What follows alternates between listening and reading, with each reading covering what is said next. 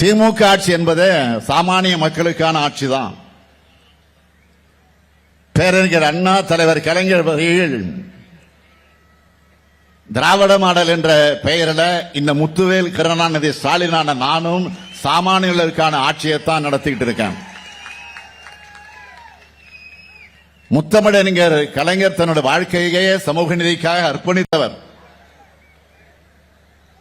அவர் முதல் 2 முறை முதலமைச்சராக பொறுப்பேற்ற போதுதான் முதலாம் பிற்படுத்தப்பட்ட ஒரு நலத்துறை, ஆதி திராவிட நலத்துறை என்று தனித்தனியா புதிய துறைகளை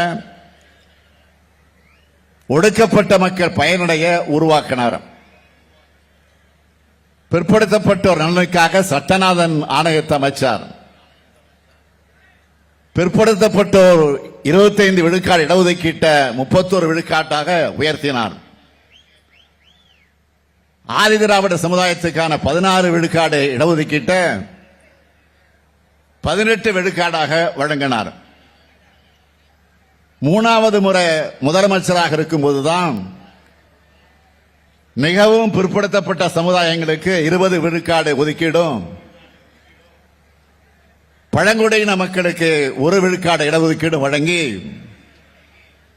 இப்போ தமிழ்நாட்டில் 69 விழுக்காடு இடஒதுக்கீடு இருக்க காரணமாக இருப்பவர் நம்முடைய தலைவர் கலைஞர் தான்.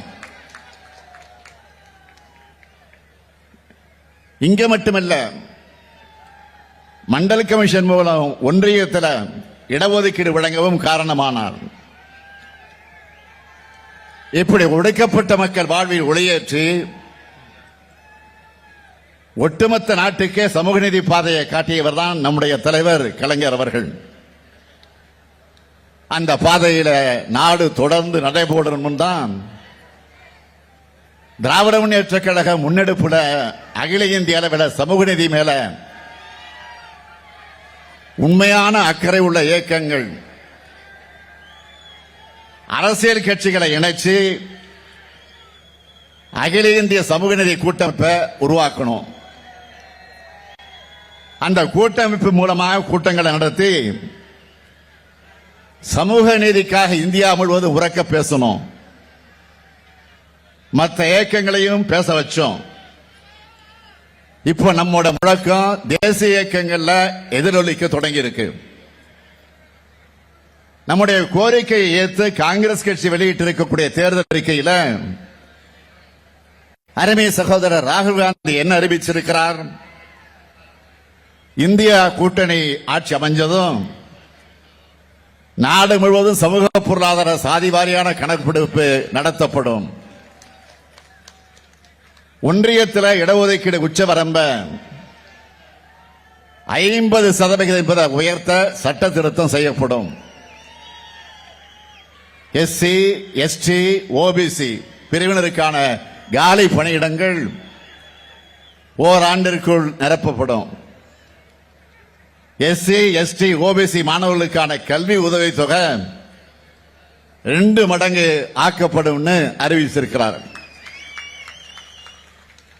காங்கிரஸ் கட்சி வெளியிட்டிருக்கிற தேர்தல் அறிக்கை நம்ம நாட்டை படுகொழியில் தள்ளிய பாஜகவிடமிருந்து மீட்கும் தேர்தல் அறிக்கை. 100 ஆண்டுகள் பின்னோக்கி எடுத்து செல்ல பாஜக தீட்டி இருக்கக்கூடிய திட்டங்களுக்கு தடை போடுகிற தேர்தல் அறிக்கை. இந்தியா முன்னேற்ற பாதையில் கொண்டு போய் மீண்டும் வளர்ச்சி ஏற்படுத்தி இருக்கிற தேர்தல் அறிக்கை. பாஜக இது மாதிரி வாக்குறுதி கொடுத்திருக்கா? அதனாலதான் நான் உங்களை சந்திக்கும் போதெல்லாம் இது மிக மிக முக்கியமான தேர்தல் சொல்லிக்கிட்டு வரேன். இந்திய ஜனநாயகத்தை மீட்கிற தேர்தல், சர்வாதிகாரத்தை விரட்டியடிக்கிற தேர்தல், சமத்துவம், சகோதரத்துவம், மதநலனிக்கம், நம்மோட உயிர் மூச்சான சமூக நீதி கொள்கை ஆகியவற்றை பாதுகாக்க வேண்டிய தேர்தல்.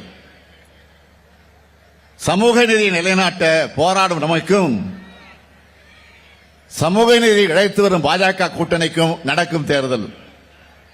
மொத்தத்தில் இந்தியாவை பாதுகாக்க இந்தியா கூட்டணி உறுதியாக வெற்றி பெற செய்ய வேண்டிய தேர்தல். நம்ம நாட்டை மத இன சாதி மொழி அடிப்படையில் பிளவுபடுத்தி இடஒதுக்கீட்டை ரத்து பண்ண 10 ஆண்டு கால ஆட்சியில் எல்லாத்தையும் செஞ்சது மோடி அரசு.